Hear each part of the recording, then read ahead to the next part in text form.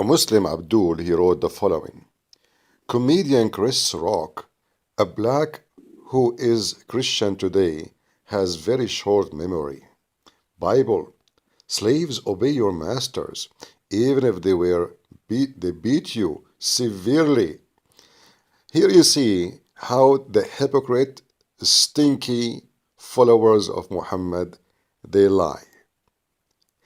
The slaves he's talking about, those are Christians, you coward, which means from the beginning of the time, slaves, they believe in Jesus. And all what he is saying to them, you obey your masters, because if you don't, what they will do to you? They will kill you. Christians are not supposed to do violence. And this is the Roman Empire. The one who disobey his master, they can even burn him alive. In fact, at that time, you coward, the Christians themselves, who they are the disciple of Jesus, been tortured and killed one by one. So what the Bible was saying to them, be peaceful. We want you to live. Doing any aggression is not going to be for your benefit. The Bible never encourages slavery. And the proof of that, none of those Christians own slaves. The one who owned the Christian slaves is the Roman. And now if we go to your filthy prophet, remember, you are against this statement. Slaves, obey your master, even if they beat you severely. Let us go to what Muhammad said. This is your stinky prophet commanding the Muslims to obey. Listen carefully. You are the one who said that in the Bible it says, obey your masters, even if he is bad. Read carefully. Sahih Muslim, hadith number 1847. And the one is talking himself, he owns slaves. And I will show you just a little list of the slave girls who were in the house of Muhammad, just in a second. Now, your filthy prophet saying the following. You have to obey your master. You will listen and carry his orders.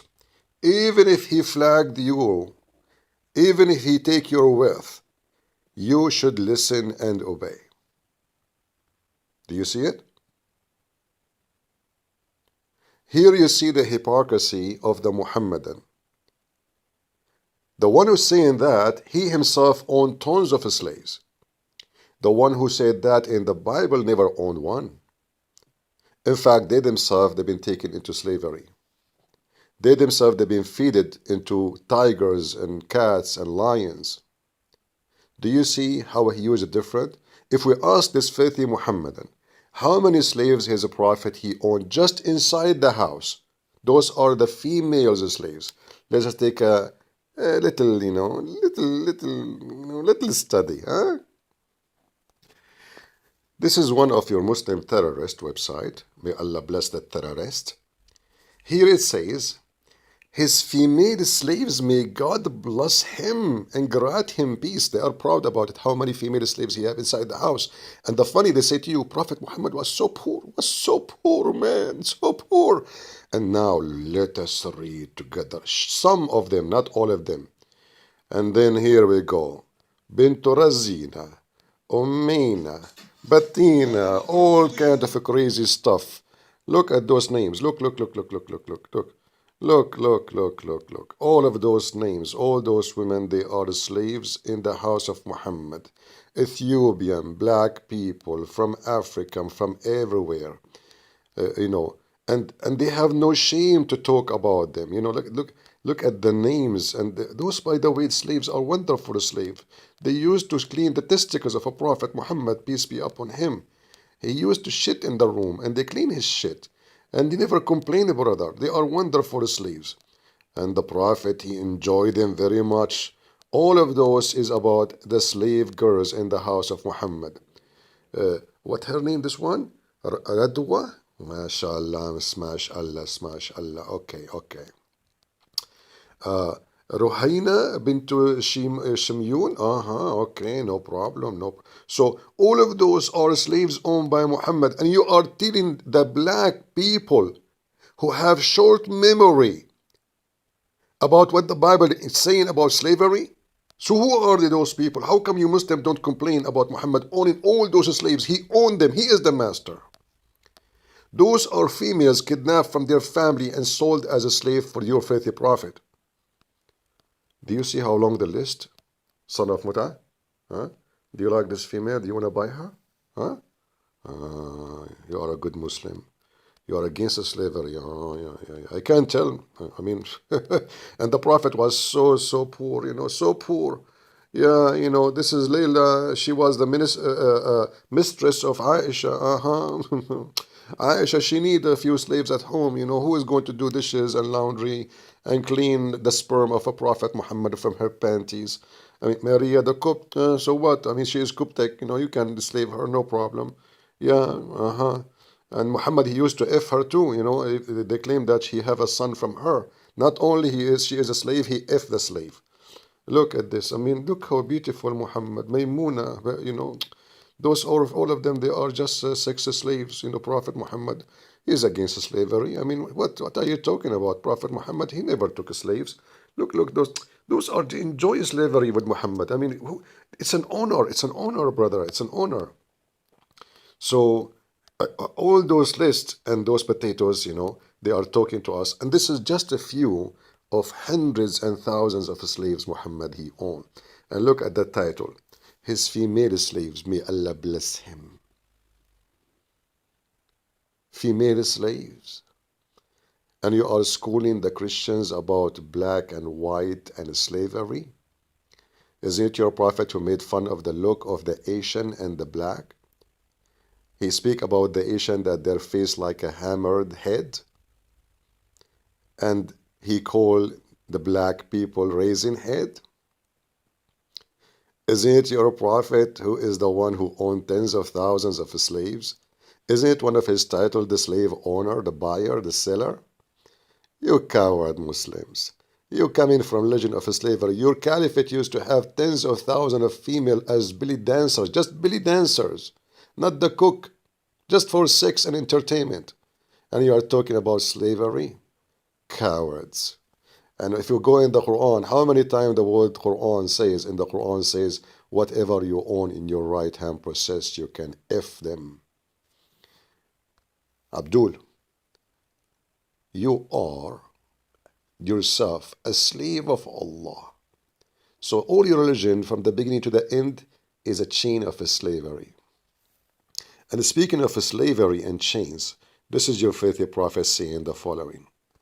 This is your stinky prophet saying that slavery is the duty of Muslim. You are the best people ever for mankind. Between the bracket, benefit of mankind. Chapter 3, verse 110. For mankind are those who bring them with the chains around their necks until they embrace Islam. So you capture people, you enslave them, and you force them into Islam. And by the way, your prophet did not even free the slaves who converted to Islam. When he noticed that, all of them, they will convert, then he forced them not to convert to Islam. He forced them not to say Shahada. And he not only that, he says, if he convert or not, keep them as slaves. And the proof of that, Bilal himself, he died as a slave. This is why Bilal, after Muhammad died, he says to Abu Bakr, if you bought me for the sake of Allah, free me for the sake of Allah. If you bought me for yourself, keep me for yourself, because they are a bunch of hypocrites. And you are teaching us about slavery, religion of chains around their necks. Cowards. Hypocrite. Filthy, disgusting slavery cult. And I challenged all the Muslims to tell me, why, if you Muslims against slavery, your prophet, he owned slaves until the last day of his life? Can you answer? Why he owned even slave girls who they are so young just to do dance for him? Liars, liars will end in fire. It's time for me now to go to watch a movie about Prophet Muhammad taking shower with dead dogs and women of blood from period. And don't take me wrong, the reason I want to read about how Prophet Muhammad used to jump in the sewage to clean himself, because I'm doing a scientific study about how we can use sewage for environment purpose. Obviously, Prophet Muhammad was a very green person. So he said to himself, look, we take a shower with clean water. Huh. We are doing what? We are just making water this dirty. What about we wash with dirty water? Stinky water, have dead dogs and women of blood from period and stinking garbage. That's what they say in front of you. And this is all supposedly to perform ablution. So now Muhammad is getting ready to meet Allah. So the Muhammadan, they come to us with a filthy man who he take a shower with dead dogs. And supposedly, the purpose of that is to convince you that Islam is a religion of clean. We are clean from slavery. We are clean from theft when Muhammad is the biggest thief in history. And if you check how many attacks he have in the caravan in the road, you will see how filthy he is. And they say to you he was attacking the caravan to get back what they lost. But in the same time, they say to us that Prophet Muhammad was so poor to the point he borrowed money from Jewish neighbor. But then they say to us, he's attacking the caravan to get what they lost. What they lost? You keep saying to us he was so poor. What they lost? His iPhone? We laugh at your messenger, the child molester. Deal with it. Leave your comment, Abdul, and don't school us about slavery. Your prophet is a slave owner, buyer, seller, kidnapper himself. What do you want to talk about slavery, you coward? Go and fight slavery in your religion when all your religion is based on slavery. See ya.